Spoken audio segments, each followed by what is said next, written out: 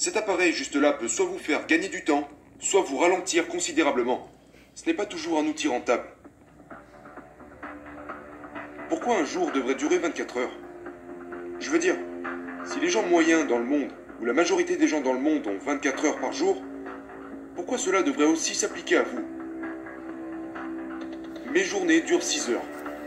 Et donc j'empile, je dicte et programme 4 journées en l'espace de 24 heures.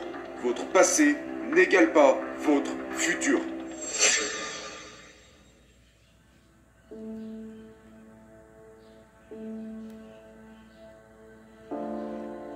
Quelque chose que j'ai remarqué au sujet des grands performeurs que j'ai interviewés ou que j'ai rencontrés dans ma vie au cours des 30 dernières années, que ce soit dans le business, le sport, le divertissement ou la politique, les gens qui excellent voient leur temps et utilisent leur temps complètement différemment des gens moyens.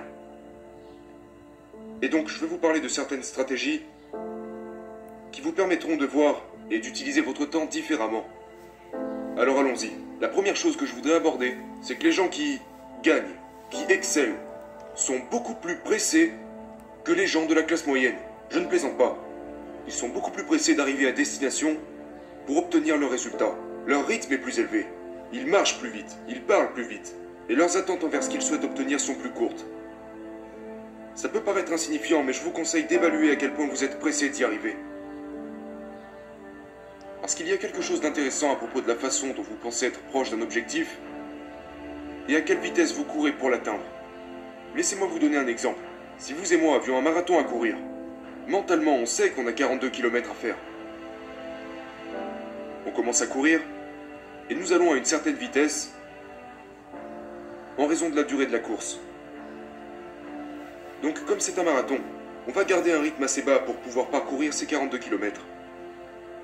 Et c'est parce que la destination, parce que la ligne d'arrivée est si loin, que notre rythme et notre hâte est limité en fonction de la distance à laquelle on se trouve de cette ligne d'arrivée. Mais si vous et moi devions courir un 100 mètres, on irait beaucoup plus vite. Parce que la ligne d'arrivée est tellement proche que nous nous mettons à courir à pleine vitesse dès le départ. C'est dû à la proximité entre nous et la ligne d'arrivée. Les gens qui gagnent dans la vie n'ont pas spécialement une perception plus large que la vôtre. Ce n'est pas toujours dû à un certain manque de perception que vous perdez. C'est votre type de perception qui est mauvais. Vous pensez que vous êtes tellement éloigné du résultat que vous ralentissez et que vous trottinez en permanence à travers la vie. Les gens qui gagnent peuvent avoir une perception plus large, mais ils ont une perception précise de la distance qui les sépare de leur objectif. Ils voient à quel point ils sont proches d'y arriver, donc ils sprintent en continu, tout au long de leur journée. Et c'est la raison pour laquelle ils commencent plus tôt et s'arrêtent plus tard. Pendant leur journée, ils sont pressés de se rendre là où ils doivent être parce que dans leur esprit, la ligne d'arrivée est beaucoup plus proche. Je n'insisterai jamais assez sur le fait que le rythme et la façon dont l'élite perçoit le temps n'a rien à voir avec celle de la classe moyenne. Les gens moyens disent les mêmes choses, lisent les mêmes livres, suivent les mêmes emplois du temps, alors que ceux qui se mettent la pression tout au long de la journée finissent par gagner leur journée, gagner leur mois, gagner leur année et gagner leur vie. S'il vous plaît, évaluez votre rythme. Vous devez être tellement plus pressé que tous les gens autour de vous iraient jusqu'à vous conseiller de ralentir un peu.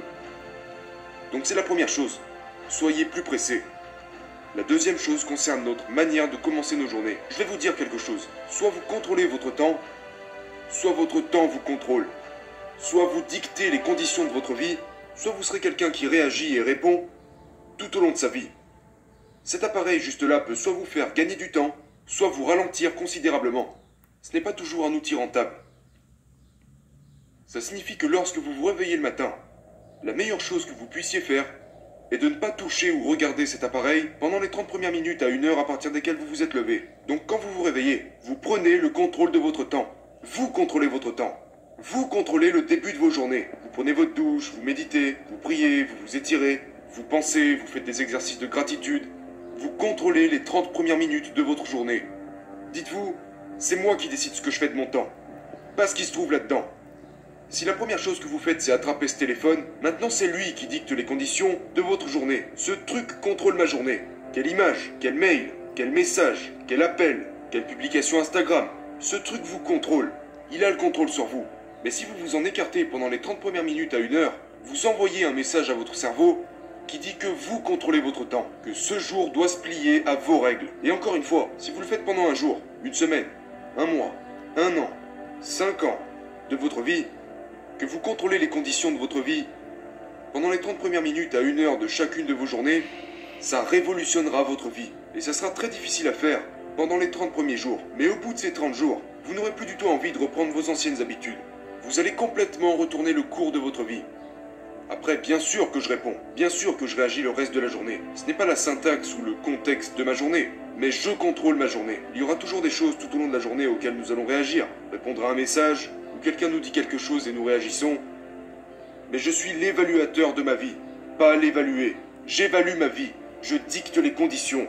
Je ne serai certainement pas évalué ou dicté par d'autres personnes tout au long de ma vie. La troisième chose est la suivante. Pourquoi un jour devrait durer 24 heures? Je veux dire, si les gens moyens dans le monde, ou la majorité des gens dans le monde ont 24 heures par jour, pourquoi cela devrait aussi s'appliquer à vous? Ce que j'ai découvert, c'est que les gens qui appartiennent à l'élite, les gens au plus haut niveau, en font plus en l'espace de 6 heures que la plupart des gens en une journée. Et voici pourquoi. La plupart des gens mesurent leur journée par tranche de 24 heures. Donc j'ai commencé à penser, j'étais dans le business, j'avais quelque chose comme 20 ans. Et la chose que j'entendais le plus souvent de la part des autres, c'était « T'es trop jeune, t'as pas assez d'expérience. Tu n'as tout simplement pas assez de jours d'expérience. Pas assez de jours d'expérience dans le business pour réussir. » Et j'ai pensé, eh bien, comment puis-je résoudre ce problème? Et j'ai trouvé une méthode pour y parvenir. Je l'emploie maintenant depuis presque 30 ans. Je voudrais que les gens moyens repensent au fait qu'ils ont décidé que leur journée devait durer 24 heures. Mes journées durent 6 heures. Je vais vous apprendre le concept des mini-journées. Ma première journée se déroule de 6 heures du matin à midi. Pour moi, c'est une journée complète. Donc mon but est de réaliser une journée complète de travail entre 6 heures du matin et midi. Parce que je n'ai plus des journées de 24 heures comme avant. J'ai des journées de 6 heures. Et donc, une journée pour moi est basée sur cette mesure de temps. Ça a complètement changé le cours de ma vie et ça a transformé la personne que je suis. Donc là, de 6 heures du matin à midi, c'est un jour complet. C'est mon premier jour. Chaque semaine, de 6 heures à midi, le lundi matin. Et ce qui se passe, c'est que de 6 heures à midi, je visualise mentalement qu'une journée entière vient de s'écouler. Et donc j'empile, je dicte et programme 4 journées en l'espace de 24 heures. Vous serez surpris si vous réduisez vos journées à des périodes de 6 heures. Vous réussirez à faire la même quantité de choses en 6 heures que vous ne le faisiez avant en 24 heures. De midi à 18 heures, c'est ma deuxième journée. Et lors de ce deuxième jour, je remplis cette journée de choses qui me plaisent, de souvenirs, de réunions, d'appels téléphoniques, de moments passés aux côtés de bonnes relations. Et dans cette autre journée, j'ai encore une fois fait autant de choses en 6 heures que vous en 24 heures. De midi à 18 heures, je remplis cette journée au maximum. Et mon troisième jour se déroule de 18 heures à minuit. De 18 heures à minuit, c'est la même chose. Mes relations, mes rendez-vous, mes appels, mes emails. Le travail que je fais représente un troisième jour. Et donc ce qui se passe, c'est que depuis mes 20 ans, je vis 3 jours quand la plupart des gens n'en vivent qu'un seul. Et ce, pendant la même période de temps. J'ai commencé à tripler mes résultats par rapport à la personne moyenne. Et une fois encore, si vous compilez 3 jours en l'espace de 24 heures, au bout d'une semaine, d'un mois, d'un an, en seulement un an, je me retrouve avec plus de 1000 jours d'expérience. Et je suis en compétition avec des gens qui n'en ont que 365. Pensez à l'impact que ce simple changement de perception pourrait avoir sur vos résultats si vous viviez des mini-journées pour le reste de votre vie. Mes journées durent 6 heures. Là, la quantité de travail que vous pourrez achever et les résultats que vous en tirerez, c'est juste... Vous en reviendrez pas. Si vous commencez à voir les choses comme jour 1 de 6 heures du matin à midi, jour 2 de midi à 18 heures, jour 3 de 18 heures à minuit, vous allez complètement changer le cours de votre vie. Au début, vous allez juste trouver ça drôle, mais quand vous l'aurez fait pendant une semaine, 2 semaines, disons un mois, imaginez qu'en un mois, vous aurez vécu 90 jours. Réfléchissez à ce qui se passerait dans votre vie si vos mois duraient 90 jours, quand le reste du monde n'aurait que... Prenez une seconde, imaginez un peu. Le reste du monde n'aurait que 30 jours. Ramenez ça sur une année, ou 3 ans. À quoi ressemblerait votre vie? La prochaine chose dont je vais vous parler, c'est qu'il doit y avoir un rappel durant lequel vous mesurez l'évolution de vos performances. Deuxièmement, plus vous réduisez cette période de temps durant laquelle vous mesurez vos performances, plus vous aurez tendance à les améliorer. Alors que font la plupart des gens? Les gens moyens, partout dans le monde, mesurent leurs performances à la fin de chaque année. Au nouvel an, ils se disent « Voici ma vie. Voici ce que j'ai accompli, voici ce que je n'ai pas fait. Ils se regardent en face et tentent de faire quelques réglages, d'améliorer leur degré de performance. Ils mesurent leurs résultats, et puis ils font quelques ajustements. Mais donc voilà, ils le font une fois par an. Les gens qui ont de meilleurs résultats réduisent ce délai à une fois par mois. La plupart des entreprises font un récapitulatif. Ils regardent ce qu'ils ont gagné, quels bénéfices ils ont fait, quelles pertes.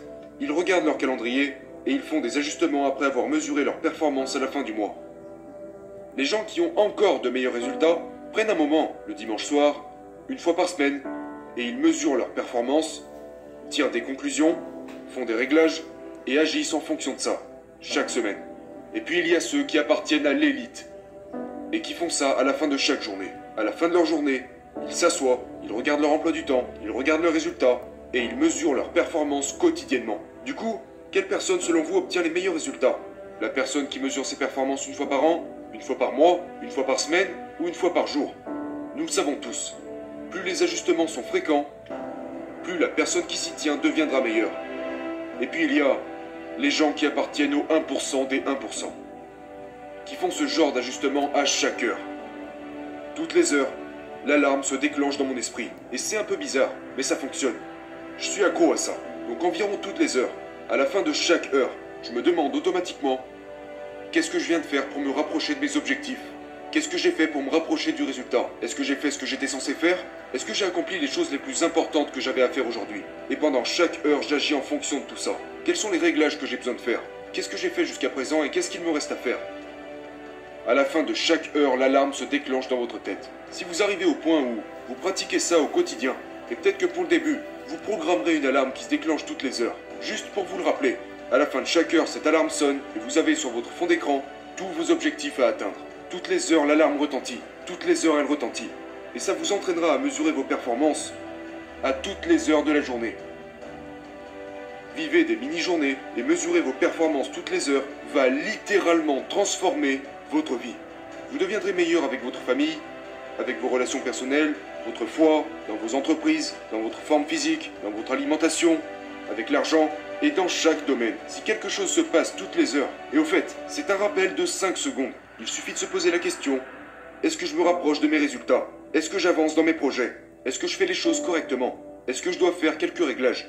C'est seulement 5 secondes, à la fin de chaque heure de la journée, seulement 5 secondes. Et je dirais que je le fais constamment maintenant. Et je sais que l'une des raisons pour lesquelles ma vie s'est améliorée est parce que j'ai considérablement réduit les délais à partir desquels je mesure mes résultats. Et que je recalibre, que je corrige ce qu'il y a à corriger, que je fais des ajustements, que je vérifie si je suis en retard ou non, si j'ai fait une erreur quelque part, ou que je dois améliorer quelque chose. Et donc jusqu'à présent, pouvez-vous imaginer, si vous commenciez à être plus pressé, et que vous adoptez une perception correcte de la distance qui vous sépare de votre objectif, la distance qui vous sépare de votre objectif est infime, et si on retirait le voile qui cache cette distance, vous vous rendrez compte d'à quel point vous en êtes proche. Je vous promets que l'une des choses dont vous souffrez, c'est l'adoption du mauvais type de vision. Vous devez être plus clair et plus spécifique dans votre vision, et identifier cette proximité, car vous êtes beaucoup plus proche de votre objectif que vous ne le pensez. En fait, vous pensez que vous êtes tellement loin d'accomplir ou d'atteindre ces choses, que ça les amène à rester constamment loin de vous. Parce que vous ne courez pas assez vite vers eux. Vous ne les mesurez pas assez fréquemment. Vous tuez vos objectifs et vos rêves en pensant qu'ils sont inatteignables. Vous n'avez aucune chance comme ça. Si vous savez à quel point vous êtes proche d'eux, vous courrez beaucoup plus vite. Donc si vous faites tout ça, si vous modifiez les 30 premières minutes à 1 heure de votre journée, simplement en arrêtant d'être dicté par votre téléphone et en contrôlant, en devenant le dictateur de votre temps, si vous manipulez et réorganisez votre temps, comme je le fais, de considérer qu'un jour ne dure que 6 heures et laisser le reste du monde penser qu'un jour est censé durer 24 heures. Puis d'ailleurs, qui a décidé que ce serait comme ça? Qu'une heure vaut 60 minutes, qu'un jour vaut 24 heures, qu'une année vaut 365 jours? Quelqu'un a inventé ça, et tout le monde s'y est conformé. Et ben devinez quoi? Je crée mes règles, et je décide que mes journées durent 6 heures. De cette façon, je manipule et je change ma perception du temps. C'est juste le fruit de l'imagination. Maintenant, la plupart des personnes à succès que je connais passent presque 0% de leur temps sur leur passé. Et je parle de gens qui ont un sacré bon passé en général. Mais c'est une perte de temps. Vous perdez votre temps. Vous gâchez votre avenir et votre présent en concentrant votre attention sur votre passé. Le passé, qu'il soit positif ou négatif, est une place dans laquelle vous devriez éviter de mettre les pieds trop souvent. Il ne va pas revenir, il n'existe plus. Tout ce que vous devriez avoir, c'est des rêves à propos de l'avenir et le présent pour y parvenir. Ces choses ne sont pas votre présent ni votre avenir. S'attarder sur elles et se concentrer sur ce que vous avez fait précédemment ne va pas vous apporter l'avenir. Et voici la vérité, votre passé n'égale pas votre futur.